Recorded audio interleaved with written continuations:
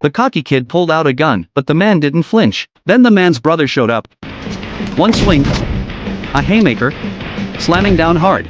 Another blow, and he rounded the passenger side. The kid folded instantly. After it was over, the brother didn't forget to toss the gun aside. Back in the car, the brother asked the older one, "How'd a troublemaker like you stay out of jail for a whole year?" The two headed to a casino, not to gamble, but to exchange their stolen small bills for chips. They let the older brother play a few hands to kill time, then hit the bar later to cash the chips into a check made out to Midland Bank of Texas. What the hell were these brothers up to? Robbing Midland banks, only to write a check to Midland Bank? They bought another used car, loaded their gear, and split up, one brother per vehicle. The older brother drove home first, while the younger, Toby, went to his ex-wife's house. He told her their mom had passed. Well, good riddance. No offense. Then handed over some cash. Toby owed her a fortune in child support, and she figured he'd sold the family ranch. But he told her, "The ranch is for our boys." He knew he wasn't much of a father. His oldest son walked away when he saw him. Toby grabbed 2 beers and joined him. "I'm leaving your grandma's house to you," he said. "You'll never have to worry about money again. I just want you boys to be better than me and Tanner, good men, useful men." Ain't gonna drink it? You tell me not to be like you and then you offer me a beer. Which is it?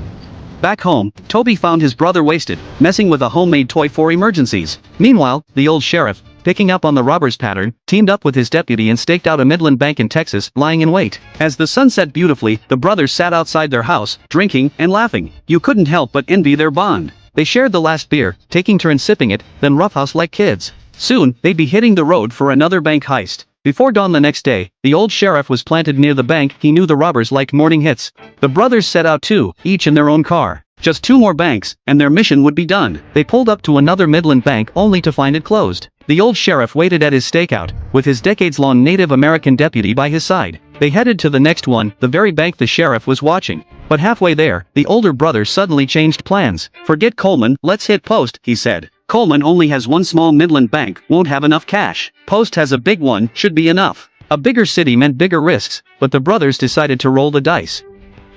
By opening time, the sheriff in Coleman hadn't seen hide nor hair of the robbers. Using process of elimination, he mapped all Midland bank branches and figured it out. It means that the only branch that fits the bill is in Post.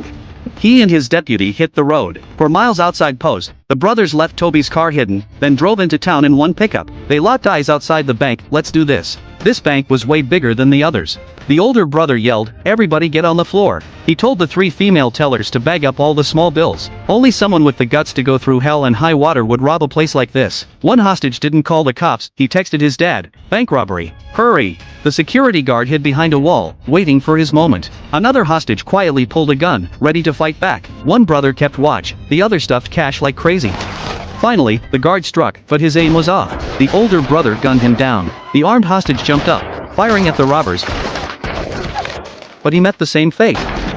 The brothers bolted out, but what came next was terrifying. The townsfolk were tougher than the police. True to Texas's reputation for no-nonsense locals, a mob chased their pickup truck relentlessly. Meanwhile, the sheriff and his deputy got the call. Midland Bank and Post had just been robbed. What'd I tell you? The old sheriff grinned like he'd hit the jackpot. Toby had been shot, he bit back the pain. "Stay with me," his brother shouted, telling him to patch up the wound. The pursuers kept coming, and the older brother kept cheering him on. "Unless you want to be a black mark on your son's lives, I need you mountain behind me. You hear me?" Then he slammed on the brakes, blocking the road. "Time to teach these Post rednecks a lesson," he said. He grabbed his homemade weapon, stood in the middle of the highway, and opened fire, full outlaw mode. When he ran out of ammo, he pulled the magazine, flipped it, and slotted it back in. His toy from the night before, a homemade extended clip. With a hail of gunfire, the chasing cars scattered. The brothers kept going, reaching the hidden car. They grabbed the stolen money, but the older brother shut the door. "Go to the casino," he said. "Cash the money like we planned." Did your plan? It worked. Every step of the way. Trust it. Where are you headed? Don't be stupid. I love you, Toby. Mean it. I love you too. Hey, Toby, go fuck yourself. Fuck yourself. Toby couldn't believe it, his brother wasn't coming. He was staying to cover Toby's escape. As police cars approached, the older brother swerved left, taunting them. Toby drove past squad car after squad car, sweating bullets. His brother hummed a tune, flooring the gas, leading the police on a chase up a remote hillside until the truck couldn't go further. He poured gasoline over it, lit a match, then jumped out, clutching his rifle.